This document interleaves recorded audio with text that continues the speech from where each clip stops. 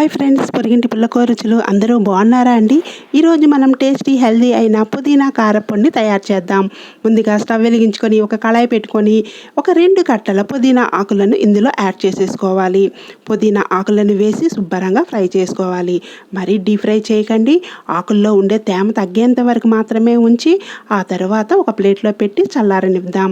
ఈ పుదీనా ఆకులను మనం ముందు రోజే శుభ్రంగా కడిగి ఒక పల్చటి క్లాత్లో వేసి ఉంచేసామంటే వాటర్ అంతా పీల్చేసుకొని చక్కగా పొడి పొడిగా ఎండిపోతుంది. ఆ తర్వాత ఈ విధంగా మార్నింగ్ మనం పొడిని తయారు చేసుకోవచ్చు. ఆకు చక్కగా ఫ్రై అయింది కదా, ఇప్పుడు మనం ఇందులో 1 టీ స్పూన్ ఆయిల్ని యాడ్ చేసేసుకోవాలి.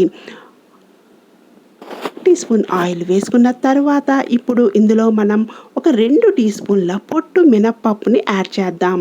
పొట్టు మినప్పప్పు వేసేసి ఫ్రై చేసామంటే సూపర్గా ఉంటుందండి. ఎందుకంటే ఇలాంటి పొళ్ళు చేసేటప్పుడు పొట్టు మినప్పప్పు అయితే మంచి టేస్ట్ వస్తుందన్నమాట.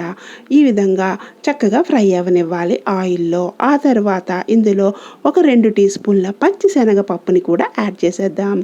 ఇలాంటి పప్పులను పొడిలో వేసుకున్నామంటే తినేటప్పుడు కరకరలాడుతూ చాలా చాలా బాగుంటుంది. అలాగే ఒక 2 టీ స్పూన్ల ధనియాలను కూడా యాడ్ చేసేద్దాం. ఇప్పుడు ఈ మూడింటిని కూడా మనం చక్కగా ఆయిల్లో ఫ్రై చేసేద్దాం. ఈ విధంగా బాగా ఫ్రై అయిన తర్వాత 1 టీ స్పూన్ జీలకర్రని కూడా యాడ్ చేసేద్దాం. జీలకర్ర కూడా వేసామంటే టేస్ట్ బాగుంటుంది, స్మెల్ కూడా సూపర్గా వస్తుంది మన పొడికి.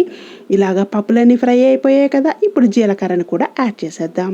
ఆ తర్వాత ఒక 10-12 ఎండుమిరపకాయలను కూడా వేసుకుందాం. ఎండుమిరపకాయలు ఎక్కువ వేస్తే కారపొడి అద్దిరిపోతుందండి.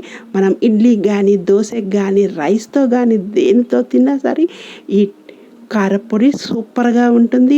పుదీనా మెంతిన్ ఫ్లేవర్ కదా, తింటుంటే చాలా చాలా బాగుంటుంది. తిన్న కొద్దీ తినాలనిపిస్తుంది. ఆ తర్వాత ఒక చిన్న ఉసిరికాయ అంత చింతపండుని యాడ్ చేయండి. ఎక్కువ పులుపు అయితే చాలామందికి నచ్చదు కదా, అందు గురించని కొద్దిగా కారపొడిలో కారంగా ఉంటే బాగుంటుంది కాబట్టి టేస్ట్ గురించని చిన్న ఉసిరికాయ అంత చింతపండుని యాడ్ చేసేసి స్టవ్ ఆపేసుకొని చల్లారనిచ్చి మిక్సీ జార్లో వేసేసుకుందాం. ఇప్పుడు ఒక 1/2 టీ స్పూన్ ఉప్పుని కూడా యాడ్ చేసేసుకొని మిక్సీ చేసేస్తే పప్పులన్నీ ఈ విధంగా రెడీ అయిపోయింది పప్పుల పొడి. ఇప్పుడు ఇందులో మనం పుదీనా ఆకులను ఫ్రై చేసి పెట్టాం కదా, వాటిని యాడ్ చేసేసి పొడి చేసేద్దాం. చూసారు కదా, పొడి రెడీ అయిపోయింది. ఇప్పుడు ఎంచక్కా మనం ఈ పుదీనా కారపొడితో మనకి నచ్చినప్పుడు ఏ టిఫిన్తోనైనా రైస్తోనైనా తిన్నామంటే చాలా చాలా బాగుంటుంది. ఒక మంచిగా బాటిల్లో పెట్టేసుకున్నామంటే మనకు నచ్చినప్పుడల్లా తినవచ్చును. చూసారు కదా, please like, share, subscribe my channel. Thank you.